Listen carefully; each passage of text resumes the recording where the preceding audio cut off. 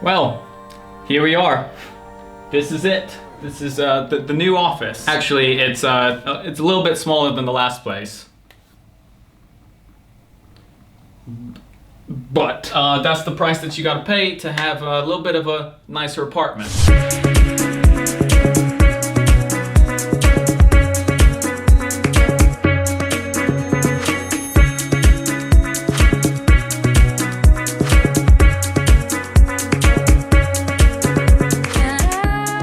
That's just a little sneak peek. Might give you guys a bit of a tour later on. Now, let's talk about some thin hair hacks. So thin hair isn't a topic that I've touched on too much because I don't have thin hair myself. I can't really demonstrate, but that's okay. I still have the information that you need. So let's go ahead and kick it off with thin hair hack number 1. It's all in the haircut. If you're trying to pull off those high volume hairstyles, whether it's like a quiff, a pompadour, a side parted hairstyle, anything that requires a bit of volume, you actually need to make sure that your hair is not too long. There's a common misconception that you need longer hair in order to achieve a more voluminous hairstyle, and that may be true for people with thicker hair such as myself, but for people with thinner hair, that's not the case. You don't need that length, and in fact that length will end up hurting your results rather than helping you. And this is because thin hair is just naturally a little bit light and a little bit wispy. I like that word.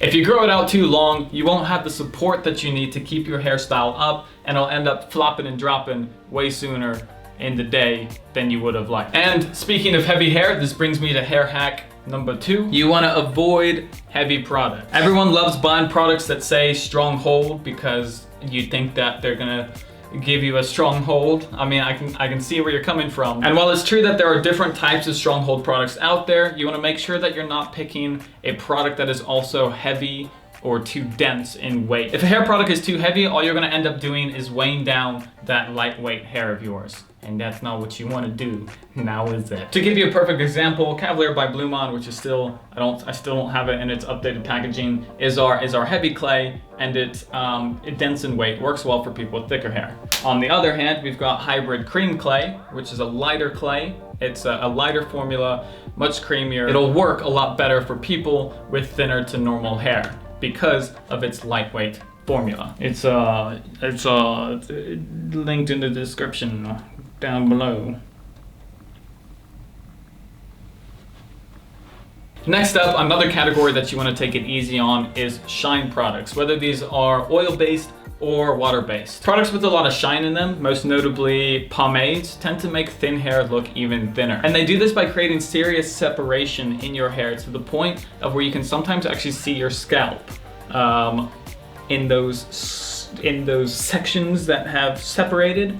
I'm guessing that's not really a look that you're going for. Here's an example. Here's Matthew McConaughey with a matte hairstyle. His hair is on the thinner side, but it still looks a lot more full than here, where he's rocking a more gelled look. His hair looks thinner in this photo, and that comes down to the fact that he's used a shine finish product. By the way, he kind of looks like Bill Nye the Science Guy in this photo. I don't know, maybe that's just me. Right, well, we've talked about a couple products that you might want to avoid, but now let's talk about some products that are extremely beneficial for people on the thinner haired side of the thickness spectrum. A common struggle for thinner hair is achieving texture. Picking up a couple of texturizing products like texture spray and texture powder can be extremely beneficial. Texture powder is kind of like a miracle product. When applied, it automatically makes your hair feel like 5 times thicker than it actually is. It's also a very matte finish and acts a little bit like a dry shampoo, and that also helps to increase the perception of thickness and just give that overall poofy vibe, which thinner hair people might not be used to experiencing, but would like to experience. I mean, poofy in the good kind of poofy, not the bad kind. The good one. Some people find texturizing powders to be a little bit on the overpowering side, just a little bit too effective, and a great alternative to that is texturizing sprays. Unlike the powder, which distributes a little bit randomly, you have full control over the distribution of a spray because it's, you know, more controllable. You get an even distribution by using texturizing spray. What this simply does is add a layer of texture and a little bit of hold, creating again the effect of thicker hair. It's not as powerful as the texturizing powder, but some people prefer that toned down effect that the texturizing sprays can provide. And after you use either of these two products, I recommend that you just finish off with your regular styling product. Make sure your hairstyle lasts throughout the day. In this case, hybrid is a big recommendation from me.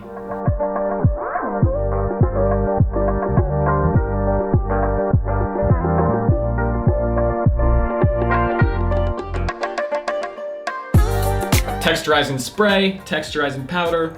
You can find both of these guys linked in the description down below. Hybrid cream clay, that's also down there. It's worth a look. Hope y'all enjoyed today's video. If you found it helpful, thumbs up. It's always a great thing for you to do, for me to have. On that note, I'll be seeing everybody next time.